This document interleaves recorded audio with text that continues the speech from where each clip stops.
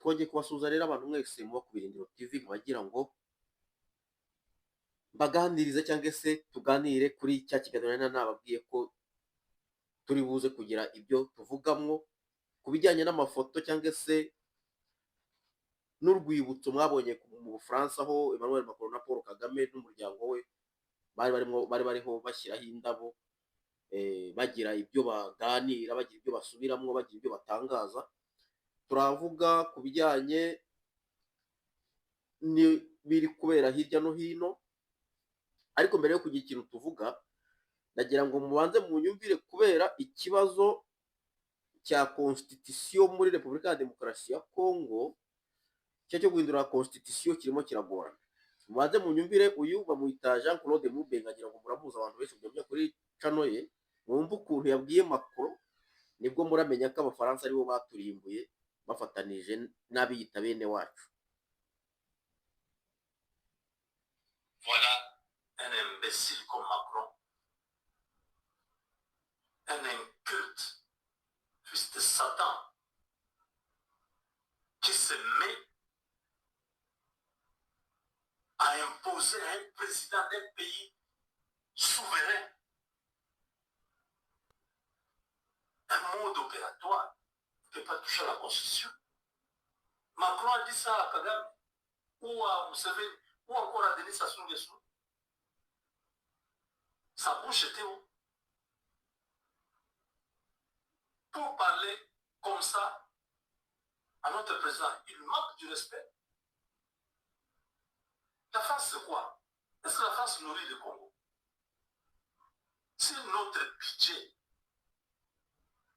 dépendait de l'argent, des assistances de l'Europe et tout ça, on comprendrait.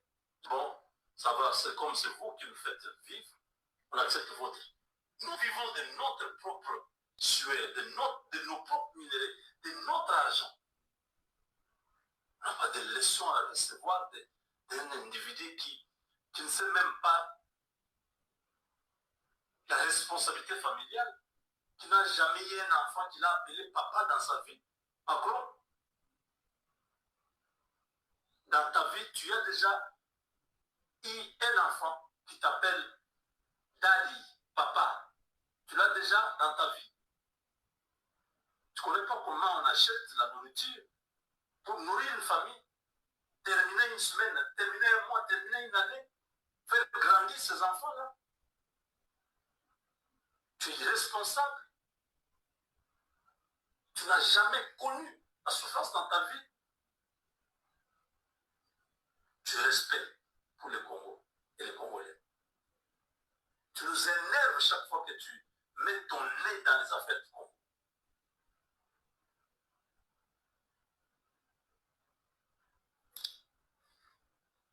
Voilà moi ça.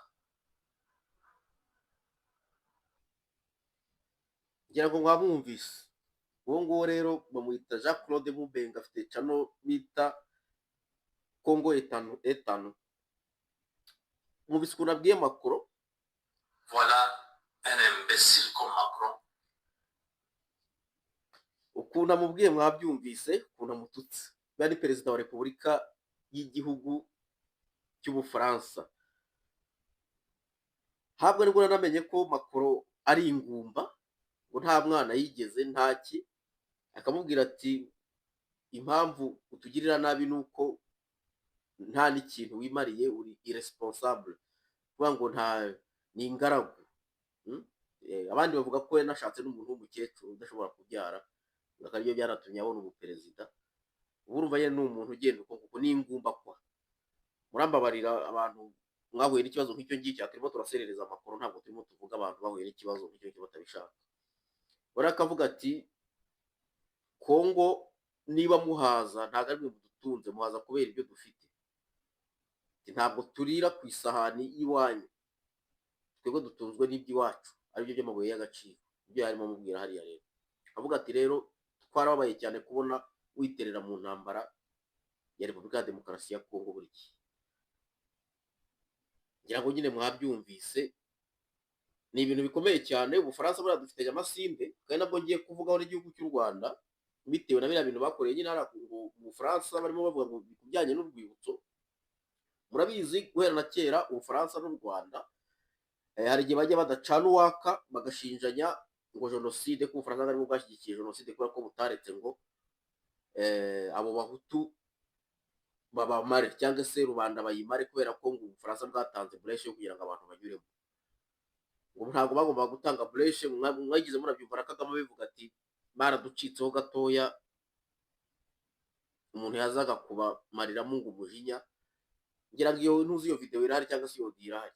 ubwo rero ahangaha nyine murabona ko ubu ni shushusheri, kandi muribuka ko hari igihe ubufaransa nyine bigeze kubwamagana bavuga ati twamaganye abafaransa, sinzi ibyo bari bapfuye, ariko ubu ni shushusheri bitewe n'uko ngo umubano utakimeze neza hagati ya leta zunze ubumwe za Amerika n'igihugu cy'u Rwanda bitewe na Congo. ikintu rero twebwe twabonye hariya twagerageje kujanisha cyangwa se gushyira ku munzani, mu gihe Marco Rubio n'uyu mugenzi we Masadi Boulos bamaze kuvuga bino bintu. mbere yaho mwarababonye bari abantu bari mu Bufaransa, ariko hakaba hariho presiyo international. ikintu rero ngiye kuvuga gishingiye ku mubano Habyarimana yari afite n'igihugu cy'Ubufaransa mbere y'uko bamanura mu ndege. murabizi uwo bita Mitterrand, François Mitterrand n'u Rwanda cyangwa se na Habyarimana yari Somambike, mwari Somambike wundi. ubwo rero kubera ko Habyarimana, Cyprien Ntaryamira, aba bamugutu ntabwo bumvikanaga na Amerika, ariko Ubufaransa bukabubwisha neza ko buzabafasha, ko Amerika nta kibazo kiba gihari, bigatuma rero baba basoma mbiki, ariko bikaba byari mu rwego rwo kugira ngo babice babakureho, kubera ko Kongo yari ikenewe, batange na kiriya kibuga cya Bugesera uko tubizi cyangwa se uko abantu bakuru babivuga. ubwo rero bitari byaba nyine Habyarimana na Cyprien Ntaryamira atari bamanurwa mu ndege, ngo bigeze kubwira Habyarimana bati dukeneye ko hano haba icyambu gishobora kwambuka kikajya muri Kongo, none twari dukora hariya amabuye, ariko kubera ko ariya mabuye yari aya leta y'u Rwanda yari icyo gihe n'abo Babirigi n'Abafaransa wenda n'ibihugu bindi byo hanze Amerika itarimo, barinangira. ubwo rero Ubufaransa ni ubugambanyi, byo ni ibintu tubona, ni ibintu tumaze kumenya. bivuga ngo bajya mu bintu bakabyemera, ariko bava batabyemeye bikarangira bakoze kontrere y'ibyo wowe watekerezaga cyangwa se y'ibyo wowe wari umaze kumenya ko bashobora kugukorera.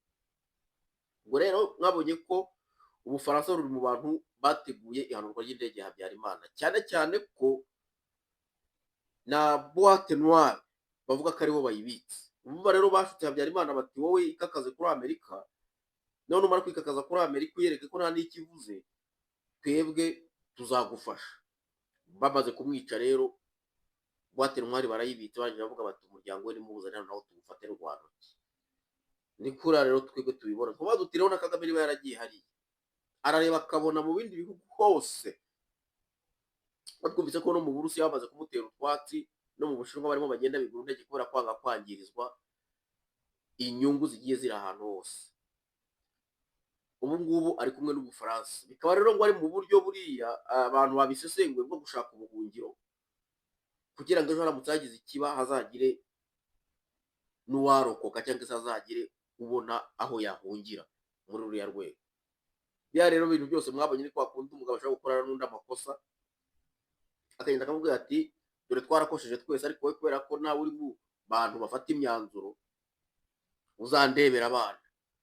niko twabivuga, kuko iyo ugiye kureba usanga Ubufaransa ubu ngubu uko bimeze barimo barashaka gupingana na Amerika, ariko bakoresheje Perezida Kagame. rimwe rero Amerika yashaka kugira ngo itere Ubufaransa bwashaka uburyo bwakwikiza Perezida Kagame kugira ngo inyungu zabwo zidahirima. akaba ariyo mpamvu rero tuvuga duti n'ejo naramuka hagiyeho perezida mu gihugu cy'u Rwanda, twanze perezida w'umucakara. mujye mukora ibintu mubinyuze muri Sena. ejo bundi twarayibonye opposition muri Washington, ndimo ndababwira ngo abasaza mwe ntabwo ari ukubagaya, nta ndwara, ni ibitekerezo tuba dutanga. ntabwo dushaka perezida w'umucakara ku rwego rwo hejuru ku buryo n'abaturage basigara nta kintu bagira. murebe mu Rwanda ukuntu abantu bameze. mu Rwanda abantu barataka, inzara irabishe, babayeho nabi, nta musore ukiri kotomoni ku mufuka. nta mukobwa ukigendana agashakoshi karimo udufaranga cyangwa agatelefone, ariko umuntu akajya hariya ukumva aravuze ngo ni perezida w'igihugu, igihugu kirimo abantu bakennye, igihugu kirimo abantu barimo bicwa n'inzara. Kuki nta bindi bihugu habaho ibintu bimeze gutyo mu mahanga, ibintu bikaba mu Rwanda gusa? Ni ibintu bikomeye cyane. Ntabwo ndimo mvuga nabi, ariko mujye mureba mwisubireho. Niba muri abanyarwanda cyangwa niba muri abenegihugu mukaba muri kavukire, mwa bayobozi mwe muri mu Rwanda, mwisubireho, ibintu mukora ntabwo ari byo. Muje nyuma ya leta ya Habyarimana, njye mbabwiza nkababwiza ukuri, abo mutabona aho ngaho banyuze mu mashyamba ya Kongo, abagize Imana bavuyemo, ariko abandi kubera kugenda n'ibirenge bari baramenyereye kugenda n'amamodoka, bagiye batanga amafaranga akabashiriraho, yamara kubashiriraho ibirenge bikabyimba bigatoboka, umuntu akaryama ku muhanda akabura umuntu umuha amazi akahapfira. Amerika irimo iravuga iti nyaboneka mukuri ingabo zanyu muri Kongo dukore partenari strategique, abakoze ibyaha babihanirwe. Abantu runaka kubera ko bazi ko bikoreye umuba cyangwa umuzigo w'ibyaha bakababwira batereka da, ntabwo ushobora kubakurayo. Mwabahungu mwe, mwabakuru bacu mwe, mwabarumuna bacu, mwarungano, ibyo bintu muri mwubwo murabizi. Ibintu by'imitwe nk'iyo ngiyo, kuko iyo igisirikare cyamaze kujya mu bihano, exfare cyari igisirikare cya leta kimaze kujya mu bihano, wahise uhinduka umutwe. Ubu rero namwe nako ke bumaze kugeramo, ubu ntabwo mukiri igisirikare cyemewe ku ruhando rw'amahanga, mu gihe Amerika ariyo igitegetse isi. Ubu mwamaze kuba umutwe, nuko mutabibona, nuko umuntu abivuze uko muvuga ngo barabatutse, ntabwo ari ukubatuka, niko amategeko ameze. Ubu igisirikare cy'u Rwanda ni umutwe witwaje intwaro, ntabwo kigira igisirikare cy'u Rwanda. Ngira ngo batanze ultimatum, mwabibonye, y'iminsi 45, kandi bavuze ko nta kongeraho iyindi. Bivuga ngo niba mutaravayo, nubwo twabonye mwatanze itangazo, muri iki kiganiro cyo ndibuza ari mu kanya, nimaga kuvayo bagakoresha ingufu z'umurengera, kandi nzi ko izo ngufu mudashobora kuzirinda. Nabo bashinwa barababeshya, abo bashinwa ntabwo babizamo, kuko aho ngaho nta kintu bafite bazahakura. Abo bashinwa nibo bashyizeho, bivuga ngo ibyo bihugu birimo babeshya ngo birabashyigikiye, ibyo byashyizeho iriya myanzuro 2773 2808. Ubu nimanga kuba bagiye gutora undi mwanzuro noneho wo kubahirika burundu, kuko ikigiye gukurikira aha ngaha ni umwanzuro nk'uko nimanga kuva bari buhite babahirika. Nimwe mubona rero ko perezida wanyu yatangiye kwishakira ubuhungiro.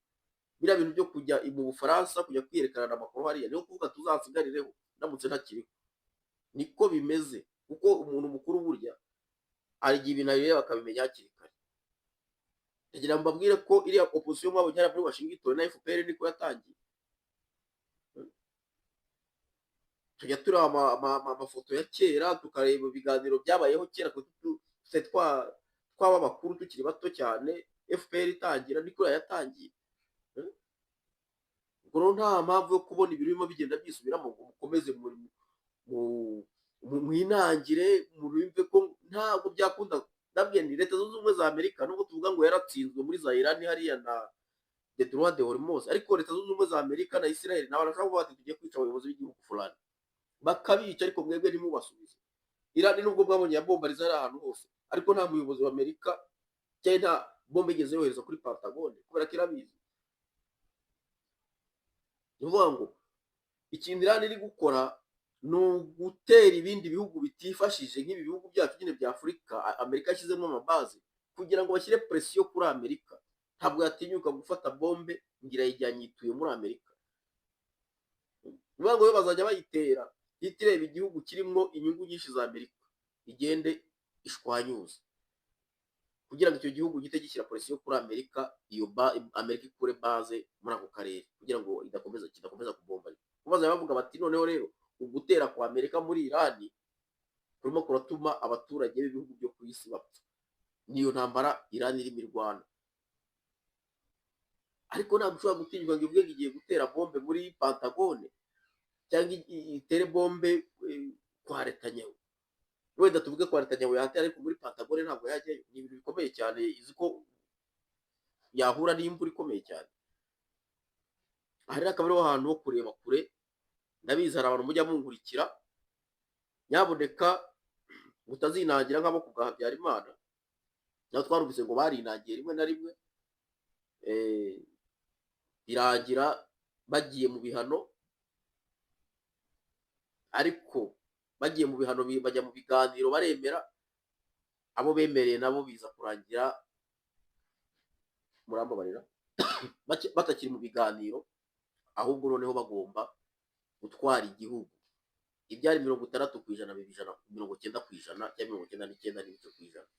Abagomba gutwara 60% nibo bangajwe, nibo bagihigwana n'ubu nibo bagenda barimburwa. Ngira ngo rero mwabibonye. Aho rero ikiganiro cyacu kiba kigiye guhumuza, ariko nkabagira ngo mbabwire ko nyine iriya image nubwo mwayibonye bwari uburyo bwo kwerekana ko umubano gikomeje uracyakomeje, ariko biriya ngira ngo mbabwire ko ni muri abayobozi murabizi Ubufaransa burimo burabashuka ko muri kumwe kugira ngo intambara yo muri Repubulika ya Demokarasi ya Kongo mukomeze mushyire izo dibatayizi zacu ngo za FDLR ngo z'ubwoko bwa. Rero nabonye nabo bandi mwavuga ngo mwagiye kurengera, nabo batangiye kurwana, nabo baravuga bati mutubwire mu gihugu, kuko bamaze kumenya ko binjiriwe. Akaba mpamvu mbwira kavukire nayo iwacu, mbabwire ni nyaboneka, abantu barinjiriwe mumenyane, kavukire mumenyane, cyane cyane kavukire rubanda mumenyane. Hari abantu mwasanzwe aho ngaho muri izi kandi muraziranye, mumenyane, uwahemukiye undi akamufungisha amusaba imbabazi. Dore imyaka 30 n'ingahe irashize, bakatiwe 30 bagiye gusohoka, abakatiwe 40 basigaje 8 cyangwa se 7 nabo bazasohoka, ariko ntabwo nabyifuza kuko nguko nifuzaga ko Imana yafasha abo bantu bagasohoka, n'ubu ngubu ndimo mbivuga, cyangwa se yakajyaho indi leta ikabafungura abantu bagataha bagasubira mu buzima busanzwe. Aho rero niho hantu nyine twese niba dushyiraho ibiganiro gutya, niho hantu tuba turwana kuvuga duti kuki iki gihugu kidakora ibi bintu. Ariko kubera ko ntabwo mvuze byinshi, naho ikiganiro cyo mu kanya.